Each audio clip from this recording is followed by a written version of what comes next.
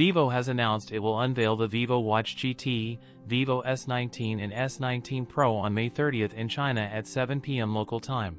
Vivo S19 series will feature a soft ring light to aid portrait and telephoto zoom shots.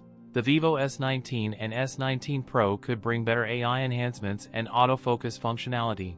Vivo S19 Pro could support a 6.78-inch 1.5K curved OLED screen. Vivo S19 and S19 Pro's triple camera setups on its back, a 50MP Sony IMX921 main camera with OIS, coupled with a 50MP 50x digital zoom telephoto camera and an 8MP ultra-wide snapper. The front camera could also be a 50MP sensor. The chipsets will also be different. The Vivo S19 Pro will be powered by the Dimensity 9200 Plus SoC, while the S19 will have the Snapdragon 7 Gen 3 chip at the helm.